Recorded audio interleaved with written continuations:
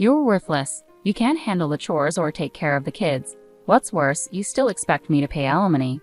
John barked as he finally showed up at the hospital 2 weeks after my car accident. He spoke these outrageous words without a hint of concern for me as I lay on the hospital bed. I had naively thought he had come to visit me out of care, but this encounter only confirmed he was a disappointing husband after all. I let out a long sigh.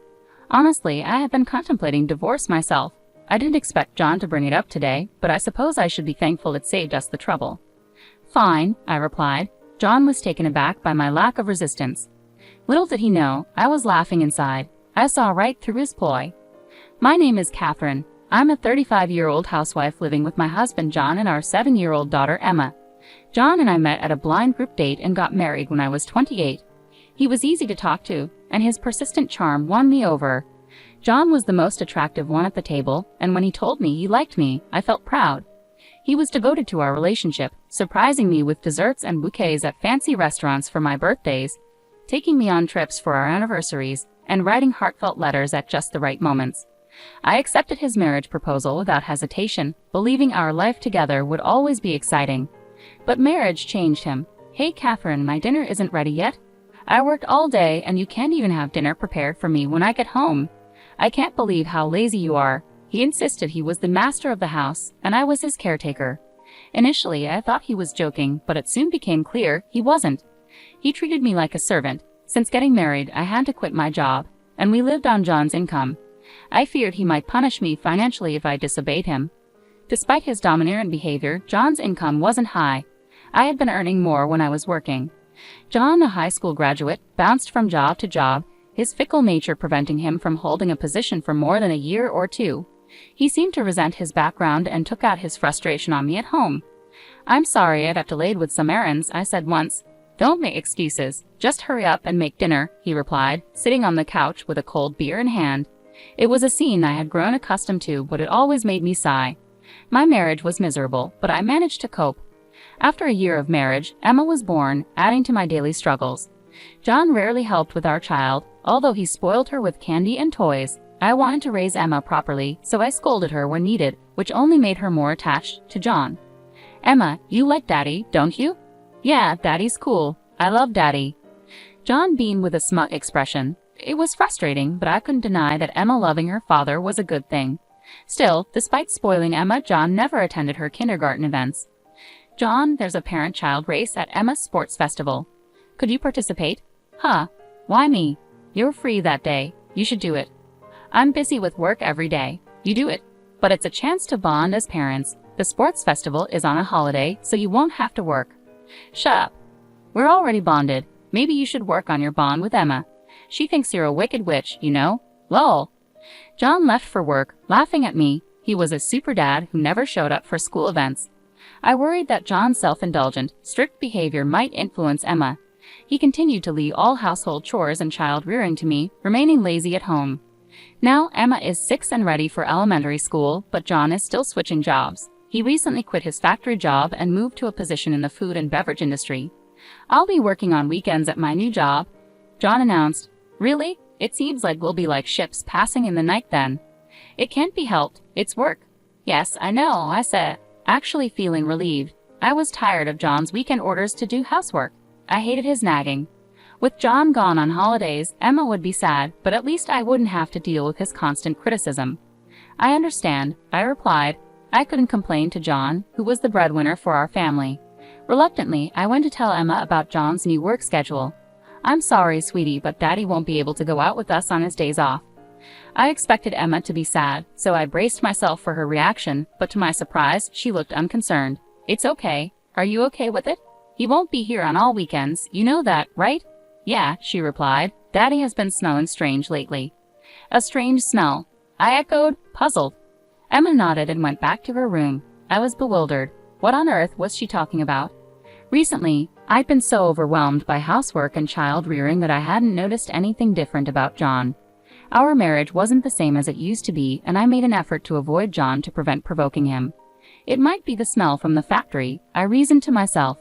It made the most sense. Factories often use special solvents, so it would be natural for John to have a lingering odor.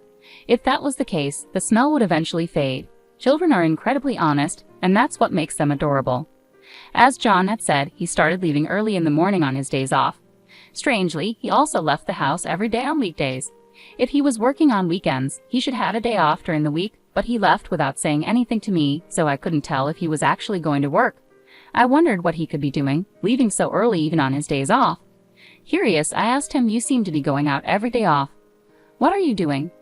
John blinked in confusion for a moment, then scratched his head in an annoyed manner. "I'm working. I'm going to work voluntarily." "Really? But you should take care of yourself, or your body won't hold up." "Shut up. Don't complain about my job," he snapped. I didn't understand why John got so angry about this when he constantly complained about my housework and child rearing. I didn't believe what John said. There was no way he would voluntarily go to work on his days off. I knew this because I had been watching him closely for many years. If he was that passionate about work, he would have stayed at his previous company longer. I started paying attention to the strange smell Emma had mentioned. Indeed, John came home from work with a sweet, striking fragrance. The smell wasn't from the factory. Why hadn't I noticed this before? I lamented my naivety and vowed never to make such a mistake again. From that point on, I decided to carefully observe John on weekdays when he claimed he was going to work. He seemed to wake up an hour earlier than usual, groom himself meticulously, and appeared to be in a good mood. These days varied from week to week, sometimes being a Monday, sometimes a Thursday, but it was clear that John was happy on those days. When John left the house, I went into his room to see if there was anything that could serve as a clue.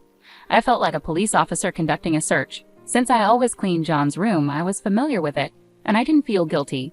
If John had left any incriminating evidence, it would likely be somewhere not easily spotted.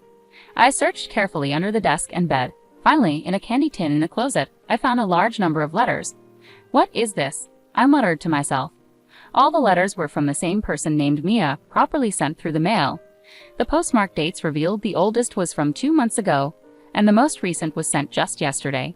As I read through them, I found phrases like, "I regretted when we broke up, but now I really love you. I want to go back to the time when I was with you, and I love you," reminiscent of a teenage girl in the throes of youth. At first, I thought it was John's ex-girlfriend sending letters unilaterally, but then I found a concerning sentence. "I'm glad you like me again. I'm looking forward to our next date." This truly joyful sentence jumped out at me. The date on it was from last week. It seemed John was meeting this Maya girl regularly. He was definitely guilty. I took photos of the letter's contents with my smartphone, considering confiscating the letters but realizing that moving them might arouse John's suspicion. Although I had physical evidence, it felt insufficient as proof. After pondering for a while, I decided to hire a private investigator to look into John's personal life. 3 weeks later, the investigator reported the results. I was surprised to receive them so quickly. The investigator brought photos of John walking arm in arm with Mia and exchanging passionate embraces in the park at night. There was even a recording of them saying, "I love you" to each other. I calmly accepted the facts. With solid evidence in hand, I went straight to the municipal office and came back with a divorce form. Now that I knew John was cheating, there was no reason to cling to him anymore. I swore to thrust the divorce papers in John's face the next time something definitive happened. I returned home and heaved a deep sigh. I was acting decisively this time, but honestly, I was devastated. I was angry at myself for having married someone like John. I thought about resting a bit before preparing dinner when my cell phone rang. "Hello." "Yes, Catherine. Do you have time to talk?" "Yes. What's going on?" I was genuinely surprised by the sudden call from my father. He usually didn't call me. "Actually, your mother and I talked yesterday, and we're thinking about transferring our assets to you soon." "Huh. What happened?" My father ran a company that sold imported goods from overseas to Japanese corporations. In short, I was the daughter of the president of a big company, but I had never told John about this. I thought it would sound like bragging. I felt like I was bragging, especially since John was flitting from one job to another. What could my father mean by transferring assets to me? We're getting old and thinking about retiring. We considered keeping the company going but didn't want to burden you, our only daughter, with it, so we decided to step away. "I see," I replied, feeling a mix of guilt and gratitude. My parents had always respected my decision not to take over the company and were now considering my future. I was overwhelmed by their kindness. "So we're planning to transfer our assets to you. Our total wealth is $14 million, but we're fine with keeping just $1 million. We've decided to give you the remaining $13 million. $13 million. I was stunned by the figure. It was an amount I could never dream of earning in my entire life. "Yes, there will be inheritance tax, but there should still be quite a bit left. You won't have to worry about living expenses for the rest of your life. Dad, thank you. I expressed my utmost gratitude to my father and mother and hung up the phone. $13 million would be coming my way soon. With that money, I wouldn't have any worries even if I divorced John. No offense to John, but he probably didn't have the ability to earn that much money. I felt relieved and was in a daze for a while. I looked at the clock. It was 5 p.m. Realizing I needed to prepare dinner, I checked the refrigerator but found it empty. I got ready to go shopping at the supermarket. After hearing about the assets from my father, my heart felt lighter, but there was also a sense of urgency, knowing John might come home soon. I was walking quickly when the last crosswalk to the supermarket turned green, and I hurried across. "Watch out," someone yelled, but my body was already soaring through the air. I slammed into the ground, a strong impact piercing my head. Without understanding what had happened, I lost consciousness. When I woke up, I was lying on a hospital bed. The first thing that caught my eye. When I opened my eyes, the first faces I saw were my parents and Emma. "Catherine, thank goodness," Mom said, tears of relief in her eyes. Emma was sobbing next to me. I gently stroked her head. "You were hit by a car and fractured both legs," Mom continued. "They say it will take 3 months for a full recovery."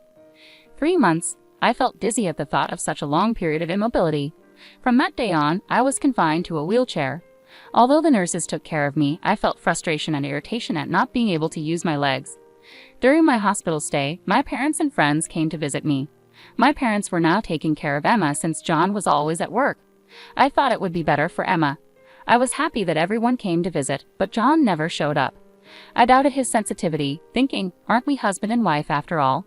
I couldn't help but imagine that he must be enjoying his daily life with his ex-girlfriend. However, 2 weeks after the start of my hospitalization, John finally showed up. "Hey, feeling good?" John asked ironically, even though he must have known I wasn't well. "Yes," I replied lightly, shocked by his insensitivity. "It's a mess here without you at home," he complained. John, who always had something negative to say about my housework, seemed to lack human empathy. I sighed, hoping he would at least show a little concern for my well-being. "What can I do?" "I was in a car accident," I retorted. John looked at me with contempt and said, "What are you talking about? You're useless if you can't do housework or childcare. That's the worst, and you'd better pay alimony." He blurted out such outrageous things to his hospitalized wife. Although I initially thought better of John, assuming he finally came to visit me out of concern, he was still a disappointing husband. I sighed heavily again. Honestly, I had been thinking about wanting a divorce myself. I hadn't expected John to bring it up today, but I might as well be thankful that it saved me the trouble of arguing. "Fine," I said, nodding. John's eyes widened in surprise. "Sure," I continued. "I know your true intentions." I wanted to say that and couldn't stop laughing inside. "Here's a divorce notice," I said, pulling out a filled-in divorce notice from a bag my mother had brought me and thrusting it in front of John's nose. "You already had this." John looked momentarily confused, his eyes wide, but he snatched the divorce notice from me and filled in his name and address on the spot. "I feel refreshed knowing I won't have to see your face ever again," he said. I wanted to tell him the feeling was mutual, but I silently watched John leave. He would probably remarry Mia after filing the divorce notice. I didn't know what kind of woman Mia was, but it felt somewhat pitiful to think she was going to marry someone as domineering and unpleasant as John. I felt like I'd done something terrible to Emma, but it was a decision I had made long ago. I swore in my heart that I would raise Emma well. For a month after John showed up, my life was at peace. The time without being nagged by my husband was like heaven to me. I was discharged from the hospital and started physical rehab. I decided to stay at my parents' house until my leg recovered. They were furious at John when they heard about the divorce, but they stopped bothering me about it when I told them I wanted to forget about him. Emma, despite not having a father, didn't seem lonely and was attending elementary school cheerfully. In the end, Emma saw through him too. Emma had noticed John's domineering attitude and perhaps no longer thought of him as her father, given how often he was away, even on his days off. Divorcing John was the right decision. I was convinced of it. But one weekday afternoon, I received a call on my mobile phone. I ignored it when I saw John's name on the screen. However, the phone kept ringing incessantly. Thinking it wouldn't stop if I kept ignoring it, I finally answered the call. "Hey, Catherine. When are you coming back?" Hearing John's voice made my skin crawl. I involuntarily asked back, "What do you mean, coming back? You remarried Mia, didn't you?" John was surprised and exclaimed, "How do you know about that?" "Did you think I didn't know you cheated? That's why I demanded alimony." "Yes, that's right, but alimony and child support. There's no way I can pay that." Why do I have to pay alimony in the first place? You never did the housework. You should be the one paying alimony. I was dumbfounded by John's argument. I had demanded alimony and child support through a lawyer, but it hadn't been paid yet. I knew John didn't have a lump sum of money, but he should borrow and pay. Yet here he was, saying something incomprehensible like I should be the one to pay alimony. I noticed your affair and gathered evidence. Did you see it from the lawyer? It seemed that John had already seen the evidence gathered by the detective agency. That would make things easier, but calling me specifically was beyond common sense. I wanted to divorce you even before I found out about the affair. After all, you never helped with housework or child-rearing and just complained all the time. I'm not your housekeeper, you know, but it's good you remarried, right? Now you have someone to take care of you again. But that's the thing. Maya can't do housework. I didn't know before marriage. She said, leave everything to me, but once we got married, her cooking is terrible and she doesn't clean. I would have been better off with you. Marry me again. After all, you don't have any money, right? Emma likes me too, doesn't she? I couldn't suppress my anger at John for choosing the word better. What are you talking about? You divorced me and remarried your affair partner, right? That's not my responsibility. Besides, sorry to say, Emma doesn't like you, and I have money. Don't lie to me. There's no way you have money. You were a housewife. You can't live without me. I had no intentions of telling John about the fortune I inherited from my parents, but when confronted this intensely, I had no choice but to reveal it. My parents are CEOs. I recently inherited their assets. It's around $30 million in total, so I can live without working for the rest of my life. I could almost visualize John gaping on the other end of the phone as he heard about this massive fortune from my mouth. You're lying, right? There's no way you have such a huge amount of money. It's true. If you want, I can have my parents confirm it for you. John finally seemed to believe my words and fell silent. Then he suddenly yelled, if it's true, why didn't you tell me? Well, I wanted to tell you what I knew about your affair and was thinking the worst of you. So I thought it didn't matter at that point. I hadn't yet inherited the assets, so there was no issue of property distribution. Damn, John bit his lip in frustration. He probably never imagined that I had such assets. He must be regretting ever divorcing me, but I didn't want to endure his terrible behavior anymore. Can I hang up now? Please pay the alimony properly, reflect on your actions, and never call me again. Goodbye. With that, I hung up the phone and immediately blocked John's number. No more calls would come. Mom, who were you talking to? Emma came into the room, asking curiously. A friend of mine. But Emma, do you want to go to the amusement park this weekend? Yes, Emma smiled happily. I realized once again that as long as Emma was smiling, that was enough for me. A few days later, I heard that John had broken up with his new wife, Mia. The cause was a dispute over me and not doing housework, and it seems that Maya dumped John. John, who had been divorced twice in a short period, would probably have a hard time getting married again. At any rate, it would be best if there were no more victims, so I hope John remains single for a while. Due to his divorce from Mia, he lost his motivation for work and quit his job at the restaurant. He will probably find another job, but I think it will take a while for him to get back on track. I do feel sorry for him as his life has fallen apart, but it's all his own fault. I blocked his calls so he couldn't beg me for money, and I made sure not to go to places where I had been with John. In my life, John literally disappeared. After a while, John paid the alimony, which put him in debt. I don't know how he'll make a living, but I hope he learns his lesson.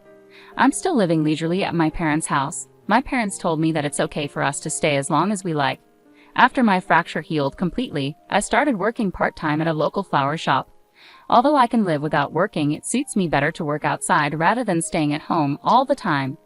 I worked diligently on weekdays and went out to play with Emma and my parents on holidays. I felt more joy in life than before. I want to continue living happily with the people I love. I savored the happiness of this moment while looking at Emma's smile.